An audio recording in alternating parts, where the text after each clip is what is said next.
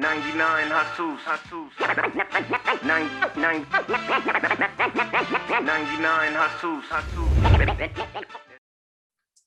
Welcome to the 99 Hustles podcast. I'm your host, Nick Carter. And I'm your co-host, International Fees. And today we're joined by another exceptional hustler by the name of Brian Grimes. Brian, what's going on today, man? How you guys doing? I appreciate you guys having me on today. Absolutely, man. We appreciate you being on the show. Brian is a self-made multimillionaire who got his game into the real estate investment, as well as dabbling in the coaching and content creation.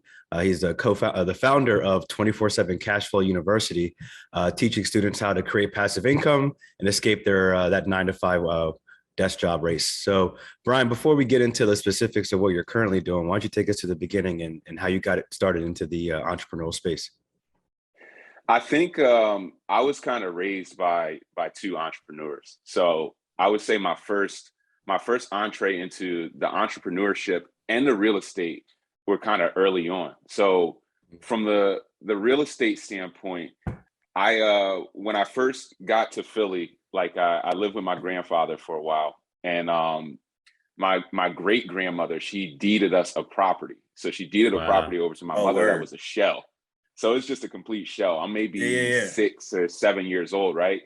So we go on this block, and there's land lots, there's a couple of abandoned houses, not the greatest neighborhood, not the worst, but This property literally had like a tree growing through the roof. So I lived in the shell while we were rehabbing it, even though I didn't know the concept of like rehab and what was going on.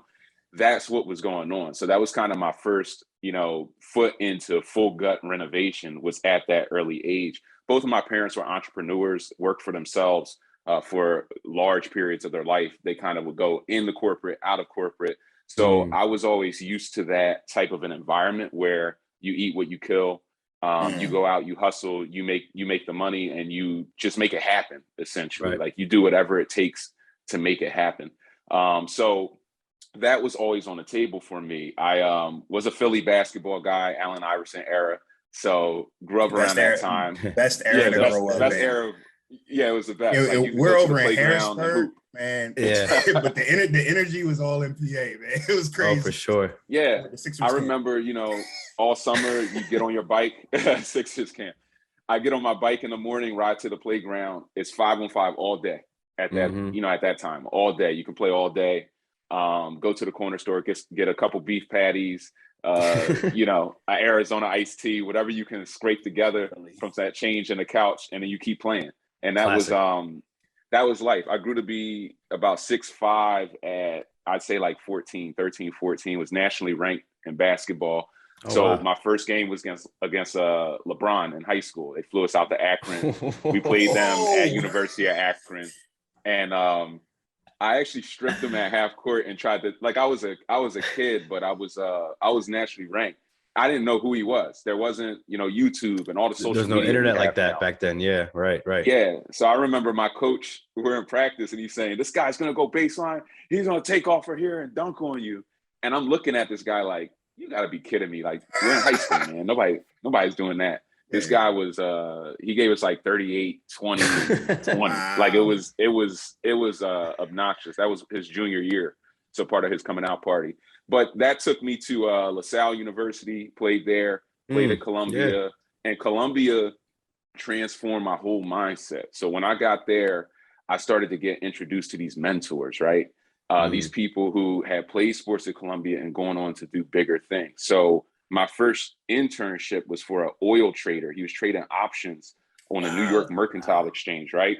So he pulls us on the trading floor. So I'm sitting in the pits. Like if you ever watch like Trading Spaces with Eddie Murphy and all that, like they're in the pit. So I'm in the pit and I'm sitting next to him and a couple other guys. We're all in the pit. And he's like, Brian, you want to play pro, right? I'm like, yeah, I want to play pro. I'm like 21.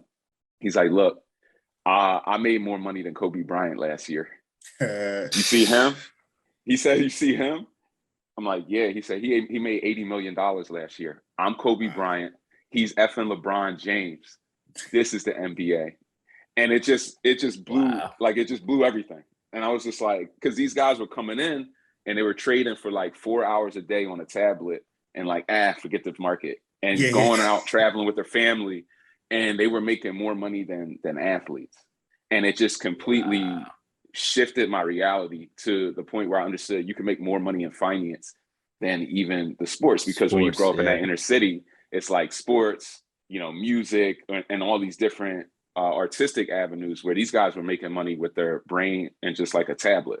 So that transformed me, and the mentors at Columbia transformed me. So I knew once I graduated, I had to be an entrepreneur. I had to go after finance. And I always knew I wanted to be my own boss. So that kind of, all of those different experiences and having real estate mentors and finance mentors, it made me want to get my foot in the finance and ultimately land in real estate. Gotcha. So that's kind of how I started off and got my foot in that door. Yeah. So you started off stripping LeBron James, and then you ended up meeting somebody. Yeah, no. Then you met the Kobe of the stock of the trading game. That's it's one hell of a transition. We're about to turn into Steven Jackson and Matt Barnes here in a second. So what did LeBron say to you when you did that to him? No, LeBron he hacked me really good. Like I went and tried to dunk on him at the other end with the left. And this guy, his athleticism, people don't understand. Like if you were standing next to him at this time in high school with high school, athleticism, you were standing here and he was here, and you both took off. If you tried to reach out and touch him, he was 3 steps ahead of you. Like he was that much faster and stronger than the competition. Just a real freak of nature. I mean, you see him flying now at 36, 37. You know how you could jump at 18, 17, 220. I mean, this guy his chest above the rim. It was like nothing you ever seen. So nothing you ever seen. So Brian, there's 2 things from your story that I think is dope to unpack. Number one is you were raised in a house that was being remodeled for real estate. Like that's crazy. It's so wild how like entrepreneurship is like passed down from generation to generation. It's like when kids are raised in an entrepreneurial setting, they tend to gravitate toward entrepreneurial pursuits. That's one thing. The second thing, man, is we see a lot of times on the podcast, athletes tend to be good business owners and entrepreneurs as well. Do you find that like, things that you learned in sports and practice and discipline have helped you in entrepreneurship as well? All the time. I say sports is like a microcosm for real life, right? So the number one thing, especially for real estate is a team sport. This isn't tennis. This isn't like golf where you're going out and doing your thing. You got to work with contractors. You got to work with lenders. You got to work with appraisers, all these different professionals. So if you've been in a team sport environment and you've had to work with other people, you're going to be very well suited to go into real estate.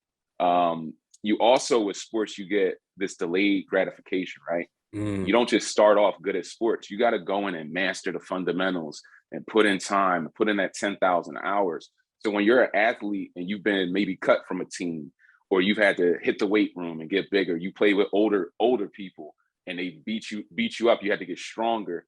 You have that delayed gratification mindset, and that allows you to stay tapped in and get through the early stages. Like if you were ever good at a sport or got to a level where you were good, you know that, hey, I used to suck, man. Like I used to be horrible, but I just stuck with it. Real estate can be like that. Early on, it's very difficult to get that first deal off the ground. But once you do it, every deal gets exponentially easier. It's just like building those fundamentals. And then you get to that mastery where you can go out and do the Steph Curry flash and do some of those more flashy real estate moves. So sports has been everything for me.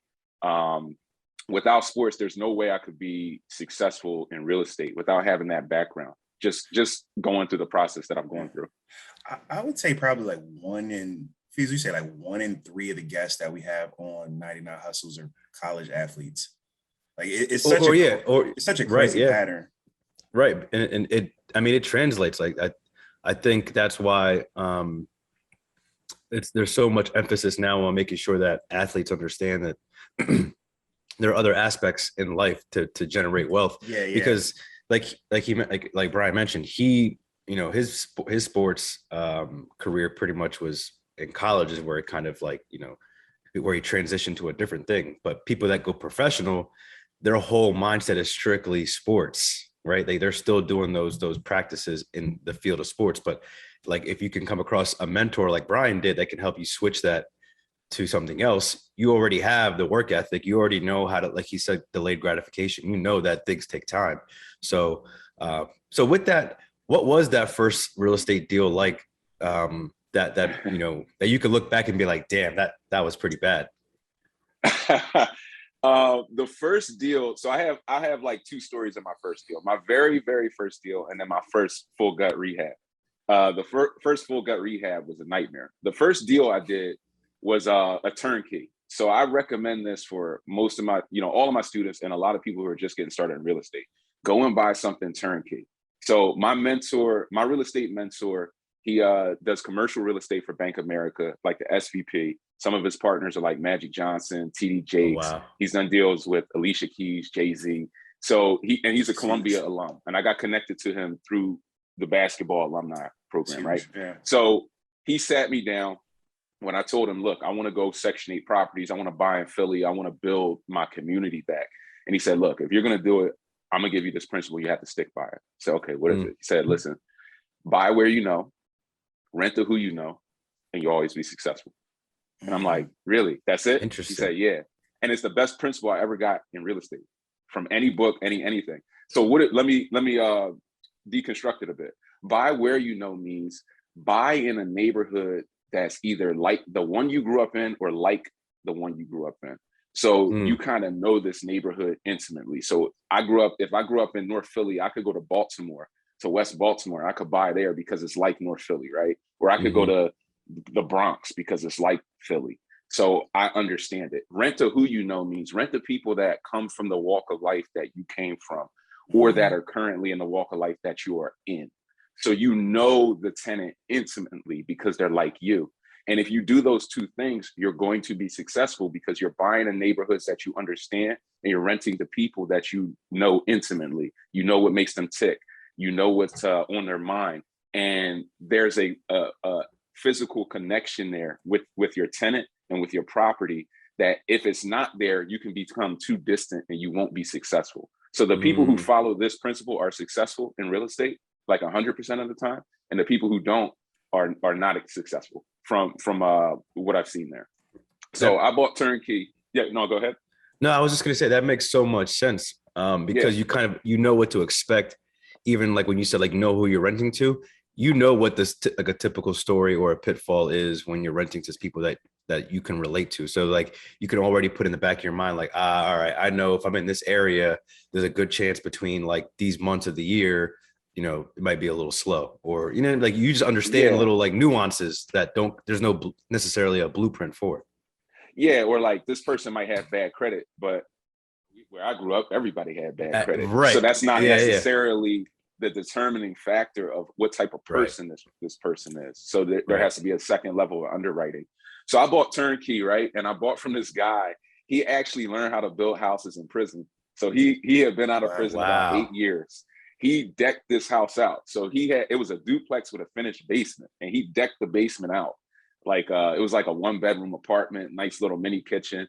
And he had about 8 properties that he had built since he got out of prison. So he wanted to sell this one and go get more. So I found it. I was going to live in the basement and rent out the 2 units. And the way the math worked, the mortgage was it was like $800 a month, and each unit was renting for like $650, $700 a month. So I was going to make money to live for free. And that was like my play. Like, oh, I can live for free. Cool. I did an FHA loan. I negotiated a seller's assist. So I only had to bring $7,000 to the table. And I ended up taking a job in New York at a boutique investment firm where I was managing money for millionaires. We were managing 1.3 billion for about 300 families. So it's private wealth management. So I rented the whole building. I was making $1,000 a month on my first deal in cash flow. So I got all my money back in 7 months, and then it was just all positive. So that was like a great way to get started. When I say it's turnkey, that means I bought it. He gave me the keys at the closing table. I went to the property, broom swept the floors, put a little bit of touch-up paint on the walls, and handed the keys to tenants. The property was tenanted in 2 weeks, and it was cash flowing. Like it was easy. So that I recommend if you're just getting started off, go get a big building with an FHA deal. Get a triplex, a duplex, a quadplex with an FHA loan. Put down as little as possible, make cash flow, and learn how to be a landlord. That's the best strategy. Now, my first full gut, that was a monster, right? So I bought 3 properties on a block, like almost like, I would call it like a drugged out block. Like it was like a rundown block. It was 3 blocks like from it's like LaSalle The Wire. University. Yeah, it was like The Wire, right? 3 blocks from LaSalle University. So I played there. I knew that, I just saw that neighborhood. You saw a Beanie Siegel on the porch. I was like, yo. Seriously. You're like, whoa, right? So go out, and they're cheap, $10,000 per property. We get a burnout. We get a shell that's kind of in decent condition. And I get one where the roof is on the second floor. The second floor is on the first floor, and the first floor is in the basement. Like it's just caved in, man. You could barely open the front door. And that was the experience. That was when I decided, like, I'm going full bore with this thing. So hired a contractor, gave us a great price. Like you typically start off with a guy who'll give you the cheapest price, right? So he's like, oh, I can do this all for like 50 grand. Well, he could, because he took the 50 grand and ran off. And that's the first lesson that you will learn when you try to first get in without mentorship, without knowing anything, and you're learning from the school of hard knocks. That's the school of hard knocks. Yeah. So you will have a contractor rip you off, run off with serious money, and then you have to do that sports gut check. Like, yo, I just got dunked on. Am I going to fold, or am I going to hit these push-ups and dunk back on them? And get back after it. So that's where that grit and that determination comes back in. But that was the start. Me ultimately going on the full gut renovate over 300 properties, in Philly, in my neighborhood. Yeah. Can you talk about that though, real quick? Like, losing $50,000. I mean, like, I get it. Like, you're in a place now where, like, that may not necessarily sound like the craziest thing in the world, but I know that had to hurt. Like, there's no way that at that point of your life, it was crazy. It was truly crazy. It was an experience where it was like, I was going to run these deals with cash. And this was all the cash that I had saved because I was working on Wall Street. I was doing all these things, but it's just how it unfolds. Like I have content on Instagram, on YouTube, on my YouTube channel. And where I talk about the contractor game, how to play what I call the contractor game. And one of the difficult transitions getting into real estate for a lot of people who want to leave the 9-to-5 is going from the corporate mentality where there's like an HR department and people are trying to be like fair and politically correct to the blue collar, like this is a street business. Mentality and understanding. That makes sense. These games that the contractors are playing. So they can try to run in front of the money. So they'll come to you, okay, give me 10,000 and I'm gonna go get this done and we're gonna get XYZ done. But if you don't know what the work looks like, they can do show work and then come back to you. All right, we need another 10. Oh, okay. Oh, this went over budget. Give me another 10. And before you know it, they're up 30, but only $5,000 worth of work is done. Yeah. But you don't know any better because you don't have mentorship. I gotta pause you right there. This reminds me of when Avon told Stringer stop playing those away games when he was trying to do his renovations, and he was paying all the contractors up front, and they weren't doing any other work. Yeah. I forgot. You remember that? Yeah. It's like you playing those away games. You playing those away games. There's games. So once you learn the game, though, then it can't be played because it's the same play. It's like if you were playing football and they're like, "Yo, sweep right." Like after a while, like I'm blitzing. You don't know. After a while, it's the same play. Like it's the same play. Yeah. It's why Chip Kelly couldn't last in Philly. You can't keep running the same plays. Like eventually they're gonna learn the game. They're gonna learn the game. Could you talk a little bit more about like what were the thoughts that were going through your head? So like when you were you like calling the contractor, like giving him a call, and like let's say he didn't answer, and then you called again the next day, and you're like, no, this can't be real that he's dodging me. Like what was going through your head? there's a tug of war of emotion, right? So you're in a deal and you want the deal to go right. So you give the benefit of the doubt, not necessarily to the contractor, but to the deal. You're like, no, this is going to work out. You have a lot of excitement, like you're doing a deal, you want it to work out, you don't want it to go wrong. So you are not willing to accept the game because it hasn't fully been run on you yet. You haven't seen the consequence of it. It's also get into situations like I had like a relative essentially that was kind of, watching over the deal, but that can be a false sense of security. I also talk about these security blankets. It's like if you're studying with a friend and they're not really that smart either. So they're like, oh yeah, we get it, we're good. You got a false sense of security. You know what I'm saying? Yeah. So you have somebody who's really a handyman, but they are posing as, I know everything about renovation. Don't worry, I'm gonna check it. But they don't know either. So now nobody's watching your back.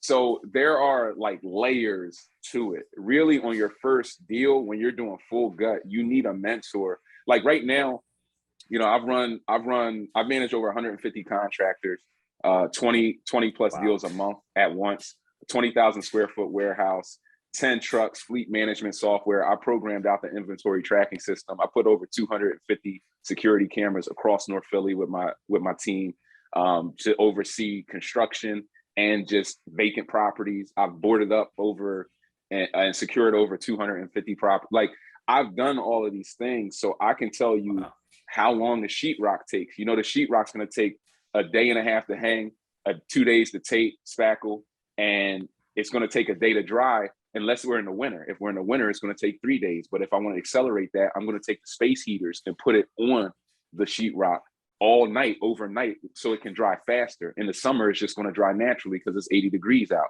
You have to know all of these this games stuff to understand if the contractor's saying, oh, the sheetrock's going to take 2 weeks. Well, let's walk through it. This is how I talk to him now. Let me walk you through it. It's going to take you a day to hang, right? Yeah. It's going to take 2 days to tape, right? And spackle, right? Yeah. A day to dry. Oh no, it takes 3 days. No, I'm putting the heaters on it. So a day to dry. Wow. Yeah. And then we're going to finish, sand it down in a day. So that's 5 days. So what you talking about? Yeah, and then it's like, then either they're going to run away, going to do the right job, or say, oh my bad, I didn't know you were going to do that. But until you get that confidence level or you have a mentor, you can get burned because you don't know any better. So it's a test. Here's how it happens. There's a series of tests, right? They're going to test to see what you know. Right. And you're either going to pass or fail. If you fail that test, they run the game. If you pass, they run off. Exactly. It's a street business like that. So I teach my students how to pass the test when they're asking, and I give them, they get that confidence vicariously through the teaching, through the program, or I'll pull up on site for my students. If they're in New York, Philly, I'll do an on-site visit. I'll deal with the contractors directly to make sure they don't get burned on our early deals, just because I want my people to be successful and get off to an early start. Once you get it, then you got it. It's kind of like that with real estate. It's Legos after a while. It's real life Legos. Now, Brian, so a lot of our listeners are really interested in our real estate content, and there are a few questions that we have for you based on real estate. Sure. So number one is mobile home investing. So that's like a topic that we see like a lot of our listeners are starting to get interested in. We see a lot of people who are in real estate are starting to say that they find mobile homes maybe more appealing. Could you talk about that a little bit as a real estate investor, as you see that trend, kind of manifesting right now? I can. There are some things I like about mobile homes and things that I don't. And when I first got started, I looked heavily at, mobile homes. I just didn't end up pulling the trigger on them. But we'll start with what I don't like about mobile homes. I don't like the taxation piece of mobile homes. So when you own real estate, and there are ways to structure mobile homes that are a little complex and you can get better tax benefits from them, but mostly it's kind of like renting a car. Like all the income that comes out of it is it's just taxable, right? This isn't necessarily traditional real estate. So you're not getting the depreciation from the asset. You're not getting that passive income from the asset, from how I'm seeing people structure these mobile home deals. They're essentially getting them under contract and doing like rent to own lease purchase options on an exit to get big deposits and make rental income. So you're not getting, when you're investing in a mobile home, because it's not a house, it's treated more like a car. The taxation of it is different. And taxes are big in real estate, because if I buy a property and I hold it, I'm getting ghost depreciation, 27 and a half years straight line. I'm getting taxed at like more of a passive income rate. I'm getting a lot of benefits. Even when I renovate a property, I might get $50,000 to $60,000 of expenses and deductions in year one that I can accelerate, which means I could start making rental income off it and still run at a loss and get a tax return against my wife's income. So I don't like the taxation of it. What I do like is if we talk about trends, we're talking about affordable housing trends. So where do people live when things go wrong? Yeah. Makes sense. So mobile home, a mobile home will always have demand in a bad economy. When things get more expensive, we're looking at massive inflation that may hit the United States because of some of the things that have happened with COVID and the stimulus packages. So we're already seeing, we're already seeing the cost of groceries, the cost of food is going up. So if you go to the restaurant, everything. They're doubling prices, everything. Yeah, cars, everything. So when things get more expensive, people choose cheaper alternatives to live in, like mobile homes. Now, the mobile home, so it's really good for that. It will have built-in demand. Another thing that's bad about it is just the stigma. So there are a lot of people who just are like, I will not live there. Heard that. I will not live in a park. So where do those people live is the next question. They live room shares. They live in the new trend in real estate, which is called co-living.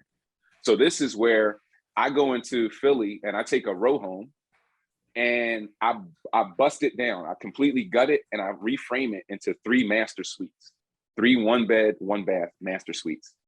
And everybody shares the kitchen and I kill the living room. So I make the units bigger. So now you have like a studio apartment for $600, $700 with all utilities included, internet, and people are living there as well. There's this big undercurrent of co-living that's going on nationally. You see this a lot in Atlanta, you see it a lot in Philly. It's been happening in New York for forever because New York's extremely expensive. So when things get expensive, people co-live, or they'll go down another level, which I would consider the mobile home part, which is like another level down. But you got to be willing to live there. It's a great way in if you don't have a lot of capital. You can get into mobile homes. Yeah, so you can definitely do it. There's nothing wrong with mobile home investing at all. It's just not, it's not my avenue. And I know how to use creative financing. I teach my students how you can go find somebody who's in foreclosure and take over their property subject to, which is basically just taking a couple grand, correcting their foreclosure back charges, and then having the property deeded over to you. No bank involved, no credit check, no nothing, very little cash. You don't really. So then you become their landlord essentially? Well, I'll move them out. So I'll say, look, I'm going to correct the debt. We're gonna move you out of the property. You deed it over to me. The debt stays in your name because it's subject to. I'll start making the payments. So let's say, let's break down a deal. What would a deal look like? So say somebody had $150,000 house and they owe $140 on it. So they can't really go sell it through the realtor, because if the realtor takes all their fees and commissions and tries to sell it, they're still going to be underwater. They're already behind on their mortgage payments, and the wholesaler doesn't want it because it's not pennies on the dollar. They can't really flip it. So you come in and say, look, you're back on your mortgage. Your mortgage, what's your mortgage? $800 a month. How many payments you owe? 3 payments. All right, that's $2,400. So I'm gonna come in and make those payments. I'm gonna take over the mortgage because you can't, afford it, right? Yeah, I got to get out of here. Cool. And I'm gonna give you $2,000 to relocate. So I'm all in like $5,000 in that deal. It's a livable property.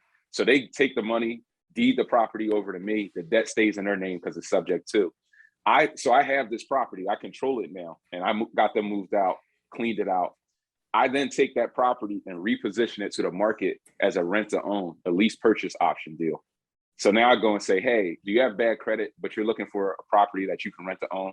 All you need to move in is $6,000 and $1,200 a month. So I'm still paying an $800 a month note. I'm collecting $1,200 a month. So I'm collecting $400 in the middle, right? And you made your money back from what you gave that $5,000. Exactly. So I got the upfront money. So I'm up now. So I really didn't need any money. And you could do this in like 30 days. So you can grab and reposition within 30 days. And you wedge yourself. It's called a sandwich lease option. I'm sandwiched in the middle of the deal. I'm also not the landlord, because the person who's renting to own, they're on a triple net lease. So that means that the toilet breaks, it's your problem because you're the new renter buyer. I'm not your landlord. So I'm collecting the $400 a month. I'm not even a landlord. And if I do this 10 times in a year, I got $4,000 a month coming in, and I'm just sitting in the middle collecting that mailbox money. So I teach my students how to do stuff like that as well, even for the people who have no credit, bad credit, and little to no capital. There are ways where you can get into real estate, traditional real estate, not even the mobile homes, and still make money. So a lot of people choose the mobile home because they think they can't do it in real estate. They don't have the money. It's not true. You just don't have the knowledge of how to go out and find the people who are in distress and structure the deals. So nothing wrong with mobile homes. I think they're great. I think they have built-in demand, guaranteed demand. America needs them, and people can become millionaires investing in mobile homes. Just don't do mobile homes because you think you can't do real estate. Do mobile homes because you fell in love with mobile homes and you like it as a asset class. And some people just like it. So that's my answer for great perspective. Homes. Yeah. Hopefully that helps. For some people, it makes sense to kind of go back to what your mentor originally said. It was like, buy what you know, sell to who you know, type of thing. Like if you understand that market and it makes sense, and you kind of understand like that lifestyle, then it probably makes a lot of sense for you. But if you don't, then you can make a lot of the same mistakes and still lose money getting into that. So like I know you teach a course now where you have students and you kind of go about like that's the next. So what was that transition like? So you were doing your own real estate deals, you're doing, becoming successful doing that. What got you into wanting to teach and going into that space? I've kind of always been a teacher. Like when I first started off working, I was a financial consultant for AXA advisors. So I was running around selling insurance and annuities and educating people on their personal finances. So I'm just a financial planner by background. I'm a certified financial planner. So, even when I went up, I started managing money for millionaires, helping people and talking to them about their personal wealth, building practices. And that's what people have always kind of known me for. So even when I started doing the real estate, people are always coming to me, asking me questions about real estate. How do I get in? What do I do? How can you break it down? And people want to pick your brain. You get these texts, hey, can I pick your brain? I'm sure you guys get them on the, hey, I want to start my own podcast. Sure. Can I pick your brain? Yeah. And for sure. You're sitting there thinking, oh, I'll take you to lunch, man. I'll take you to dinner. And you're thinking, I can't break down the whole game for you. Yeah. In one sitting. Yeah. Like it doesn't work like that. So I really made the course to kind of just save myself from that initially. But I'm a person who holds nothing back, and I'm kind of like a bat cave person. Like I'm Batman. Like when I went in the bat cave to put together the course, I was down there for like 2 months, like 18-hour, 20-hour days. Like I'm an obsessive person like that when I'm doing something that I love. So I put everything into the course. The course is over 60 hours of tutorial based video content. So it's just me, screaming at you for 60 hours, teaching you everything, like every little part of the game, how to make money doing all of these different strategies, and more importantly, how to protect yourself, and then how to scale. The most important part of my story is not that I did 3 deals on a bando block. It's that I scaled it to be able to do 20 deals a month and manage all these contractors and do all these things. So it's really, it's in part for people who want to not only do their first deal, as I break that down to the science, but then it's how to scale up to the point where you can make $1 million in a year, or maybe even, $1 million every 3 to 6 months. Yeah. doing a burst strategy and flipping properties or whatever you want to do. So it's for those people as well that want to know that whole story. I put all of that into the course. And Brian, there's so many different things that you have going on at once. Like you just talk about the coaching, all the different contracts, the security cameras you mentioned earlier. Like, how many hours a week are you putting in? Do you believe in the whole 4-hour work week, Tim Ferriss thing? Oh yeah.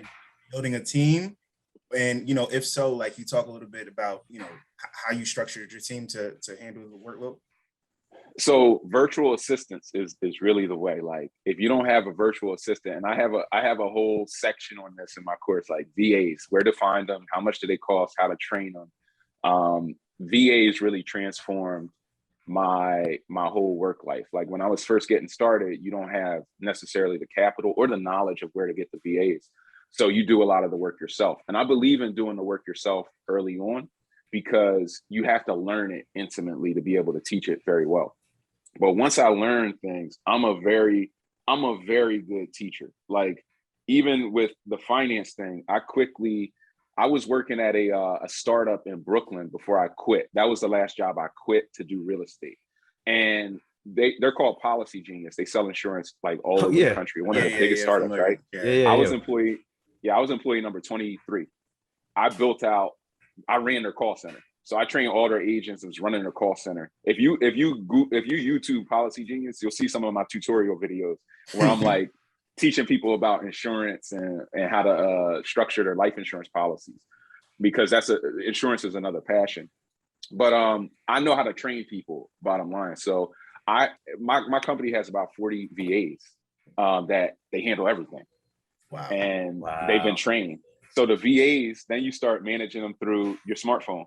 I quickly also found out I used to get up and go to Philly like twice a week. And once I scaled to a certain level, I would get down there and I couldn't see any properties because my people were pulling at me. So I would only see like 4 properties out of 10. So I started to build my systems so that I can sit around my underwear really, and do all of it from my smartphone. From my smartphone, I could see 40 properties in a day, maybe 100 in a day. So I started to build out the technology, put up the cameras, put in software into your smartphone so that you can see the rehab, and then put the systems in. Like, we'll use like Marco Polo to communicate with our contractors and have them cross communicating. So I started to embed efficiencies into my business, and all of this is in the course I put together. But I started to embed technology. If you think about a real estate investor today versus 20 years ago, what do we have that they didn't? Technology, a smartphone, the internet. So if you're not maximizing that, you're missing the boat. Once you maximize that, you could be investing in Philly from Canada. And I have students from Canada who are tapping into Philly because they're using my systems to use that technology and put boots on the ground and just manage your system remotely. So when you do it the right way, you can definitely get off the running. And I say, when you're just starting off, for each property, even if you're managing it yourself, it's about an hour per month commitment once you have a tenant in place. So once you put the tenant in, it's an hour per month commitment. And if you're cash flowing like $500-$600 a month, then you're making $600 an hour. Doing that type of work. So it's really that simple. Yeah, that makes a lot of sense. And like the whole processes thing, like the whole idea of like everything being a process is correct. Yeah, we've heard that so many different times from different guests, and just how important that is just to establish and create your own process and implement, have everybody else come into that so that you're all on the same page. It makes a lot of sense. And the fascinating thing about real estate is there's just so many different ways to make money with real estate, right? Being a landlord, house flipping, wholesaling, like there's so many different ways. One question, Brian, we did want to ask you your thoughts on, because this is another real estate topic that a lot of our listeners are curious about, and that's Airbnb. Can you speak a little bit on that topic about, how Airbnb has impacted the real estate game? Are you in that lane also to kind of make a couple extra dollars? What are your thoughts on Airbnb in the real estate game? I think Airbnb is a good avenue for a lot of people. Like Airbnb, that's not my bread and butter. It's not something I've dabbled in, although I've researched it, and I can coach on it. I have people, close friends, that are in that business that are highly successful. I think it can be good, right? You can make a lot of money if you have a good asset. Where I've seen people go wrong is trying to do it in C class or B class, neighborhoods with assets that aren't that great. You really do need a premier location whenever you're dealing with that Airbnb strategy. I don't think there are many pitfalls. I think it's just about having the right system. You have to make sure you have the cleaning system in place, good security cameras. I think when you're dealing with Airbnb, having the systems in place, the technology in place is even more important than doing the regular burst strategy, flipping houses, wholesaling, doing some of these other things, because you're dealing with a short-term client. Now, I have seen Airbnb horror stories as well, where people move in, change the locks, and you kind of can't get them out. I've seen all different types of horror stories, people trashing properties. So I'd say it's like anything else. You can make money. You'll hear a lot of stories about people who are like, oh, Airbnb, you can't lose. You can lose. You can lose at anything in real estate. You can lose at anything you don't research well. So you just make sure you do your research before you jump into Airbnb. Make sure you have a premier location. When I think of that business, location is everything. But it's relatively low risk. If it doesn't work out, you're just on a lease. You can always burn the lease, kind of get out of the deal and move on to another property. You're not acquiring mortgages. So I see why people like it and why it's safe. It just is not for me. I'm more of the mindset of being the developer. When I look at the money in real estate, like I think of who makes the most money. So I look at Airbnb guys. I look at wholesalers. I look at house land, people who just sell land. I look at realtors. I look at all these disciplines and I say, well, and lenders, right? Because people want to get into the lending space. And I say, well, who pays everybody? I follow the money. So I keep it real simple. Follow the money trail. Who pays everybody? Who pays the lender? The developer. Who pays the wholesaler? The developer. Who pays the contractors? The developer.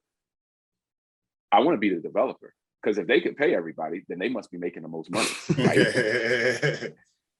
I mean, isn't it that simple? How are they paying everybody unless they're touching the millions? So I teach all of my people. Yeah, you can be a player, a coach, GM, front office, or you could be the owner.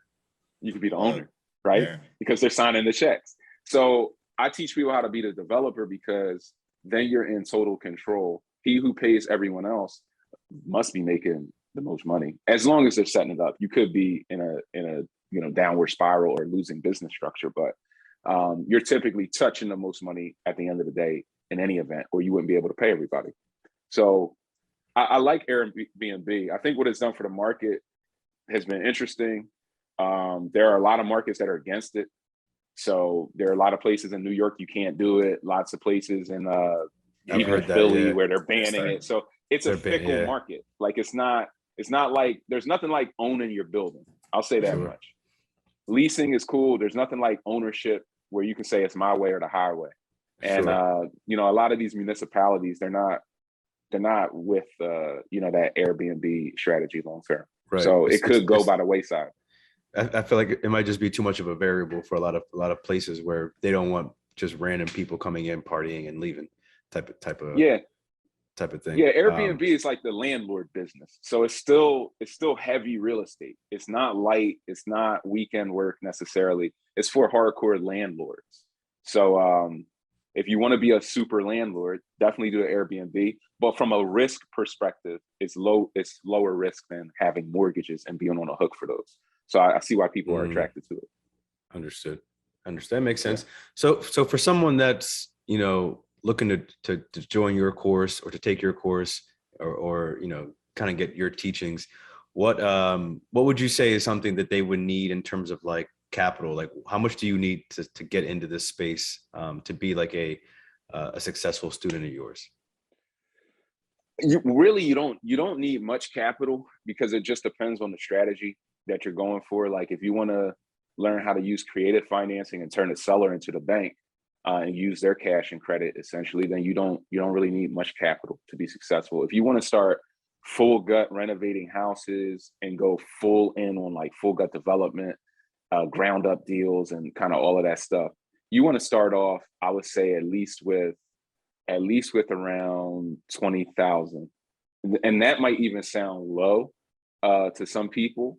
But even with that being said, I have lenders that'll give you 100% of the cash to buy a property and develop it. So as long as you had a knowledge, like I have lenders that are just like, oh, you're working with Brian, he's overseeing a deal. All right, cool. What do you need, a quarter? You know, so they'll give you the capital to do the deal if they know that you're going to get it done and you have the knowledge. So you don't need a lot of cash in this business. You need relationships. You need good lenders, and you need a lot of knowledge so that you're not mismanaging deals and getting burned. But I like keeping a cash position on hand. I think this is not a business for somebody who's flashy, who just wants to go out and buy a nice car and do all of these things. When you make cash, you should really be saving it away and using other people's money as the leverage point, not just spending it and burning it on vacations and a Lamborghini. If you see somebody who's like, I'm your real estate mentor, and they have a Lamborghini, I don't know. You know, their principles aren't necessarily going to be that tight. You have to have good financial, maybe it's just a financial planner in me, but Sure. You got to have those stable financial principles in case things go wrong. Because in real estate, 50% of your job as a developer is putting out fires all day. Things are. I was going to say something is going to go wrong at all times. Yeah. So keep cash. Cash is king for that reason. It solves problems. That makes a lot of sense. And that's and like we mentioned before, we're going to link out to all the listeners. We're going to link out Brian's course and all his information as well, so that you can kind of, see what makes sense for you if you're interested in the real estate game. But just overall, I guess, seeing how we talked about your process, we talked about, starting in sports, growing up in like a family and a household of entrepreneurs, and kind of going through your journey. At this point in your life, would you say that you're happy?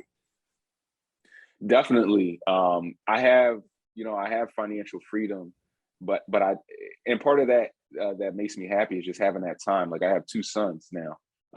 I just had a son a month ago, my second son. Congratulations. So being able to, thanks. No, I appreciate that. So being a husband, father, and being able to spend that time with the family is crucial, to be able to be around, to put that knowledge, into them, so that they can get off and up and running and be able to make money even outside of the 9 to 5, and know how to do that at age, 11, 12, 13, when they're just coming up. That's what's really important to me right now. So I'm definitely fulfilled. I also just love helping other people to get into this game and break free from that 9 to 5. And what we do rebuilds communities. So I spend my time rebuilding C-class neighborhoods in Baltimore, Philly, New York, New Jersey, Texas. I'm getting to rebuild the hood with what I do, which has a major impact on people's lives. And that's extremely fulfilling. Like I can sit back and say, I full gut renovated and put in granite countertops, hardwood floors, stainless steel appliances, and over 300 shelves in the neighborhoods that I grew up in. That's extremely fulfilling, even outside of, getting paid to do it. So no, getting to spend time doing what you love is where you want to be. Yeah. Priceless. Yeah. And so Brian, there's one question we also always ask our guests that we have on, and that's, what's your hustler mantra? Now, your hustler mantra is like a quote or a phrase or something that you live your life by or run your business by. So if you had to give one hustler mantra, what would that be? So this mantra, out of fairness, I got this from one of my father's mentors. My father was an All-American track guy, a 400-meter runner. So he was the fastest in college, ran for Rutgers at a time. And his coach was a gold medalist. He was one of the guys who stood up with the Black Panther fist. No way. So he's one of those guys, right? So this mantra is from him, but it is a life mantra for me. The main thing's to keep the main thing the main thing. I like and what that means is there's so many distractions out here. There's so much going on. What I'm doing, I'm developing the C class. People coming, Brian, why aren't you flipping properties in the A class? Why aren't you doing this? Why aren't you doing Airbnb? Why aren't you doing? Because the main thing is to keep the main thing the main thing. And the main thing is real estate, financial freedom, and what I'm doing. Stay in your lane. I'm staying in mine. What's working for me is working for me. Too many people want to compare themselves to what everybody else is doing, what everybody else is making. And that takes you away from the main thing. So if your main thing is financial freedom, then keep that the main thing and stay locked in. The main thing's always to keep the main thing, no distractions. So that's my life mantra that I live by. Stay focused. Stay focused. Hustle, fam. Hustle, fam. Stay focused, guys. No, man, that was dope. That was dope, Brian. Man, I mean, overall, I really got to say, this is one of my favorite interviews. I think we've done real estate before, whether that's mobile homes, Airbnbs. We talked about a lot of different things, but your spin on it and your specific story on it is real. Yo, Fees, with that. But before the interview, Brian was like, we were talking. He was like, I was like going through the show. He's like, don't worry. He's like, I'm pretty good at podcasts. I didn't know. That's because he knew he had stories about Brian in his podcast. Right. He was like pissed up in the Olympics. These crazy stories. No, it's you guys, man. You guys have a really good energy, and you bring the stories out of people. I'm sure. I've seen other podcasts you guys have done, and you guys have a great thing going. So I really do appreciate you guys bringing me on here. This was a lot of fun for me. Yeah. No, we appreciate that, and we learned a lot. I know the Hustle fam's going to learn a lot. And just quickly, like I mentioned before, we're going to link out all your information for people to go find. But if you want to quickly just shout out like any social media handles or your website where people can find you to kind of, continue this journey to learn more about you. Yeah, definitely. Instagram is a great place to find me. 247 Cashflow University is the handle. 24/7 Cashflow University. You can find me on YouTube, Brian Loves Cashflow. And you can Gmail me, grimesestateschool at gmail.com or Brian at 247cashflowuniversity.com. You can shoot me an email. I'm very easy to get a hold of. And once they link it out, you guys will be able to just, tap in. So definitely reach out. I'm around when you have questions, and I run free group sessions on a lot of Monday nights. So a lot of people just want to tap in and like, hey, I don't have the money. We just covered last night in the free group session. I was showing people some of the stuff we talked about, subject to deals, lease purchase options. I was breaking it all down with a PowerPoint for like an hour and a half. So I try to give back as much game as I can, just because I want to see people getting off the ground. When you're rebuilding the communities like I'm doing, like there's so much inventory out there. I can't handle it all. I could build 1,000. There's still 25, 50,000 more. So I need more people out there who can build these houses in these communities. Nah, man, that's so dope, because it, Nick and I talk about this. Like when we got into podcasting in the beginning, we didn't really know if people even wanted to hear from us. We had no idea. But then as things went on, like people are like, yo, like you're inspiring me to do this and do that. And we're like, man, like you don't understand, just like once you start doing something, all the other doors it opens up for you. So I know exactly what you mean in terms of just like, look, even if you can't afford to do something that I'm offering, just get the ball started somewhere. Like take the inspiration at minimum and figure out what you can learn for free online. And then when you have the money, if you really want to take it to the next step, we already know Brian's the guy for you. So, we'll definitely have to catch up with Brian for next season and do a recap and see where he's at. We'll definitely have to go check in. We're also in the on the East Coast, so we'll have to come in and tap in and check in. Oh yeah. Come check you out sometime. In person. Definitely. Absolutely. You can share some of those more LeBron stories. I can show you what my hezzy looks like. You know what I mean? It ain't the same. I got the basketball knees now, so I'm not what I used to be. Hey man, it's all good. But again, thank you, Brian. We really appreciate you being on the show today. And with that, that's a wrap for this week's episode. Thanks for listening to the 99 Hustle podcast. Be sure to visit 99hustles.com to join the conversation, access the show notes, and discover our amazing bonus content. Please rate, review, and subscribe if you enjoyed this episode. Always remember, there are 99 hustles. All you got to do is choose one. 99 hustles.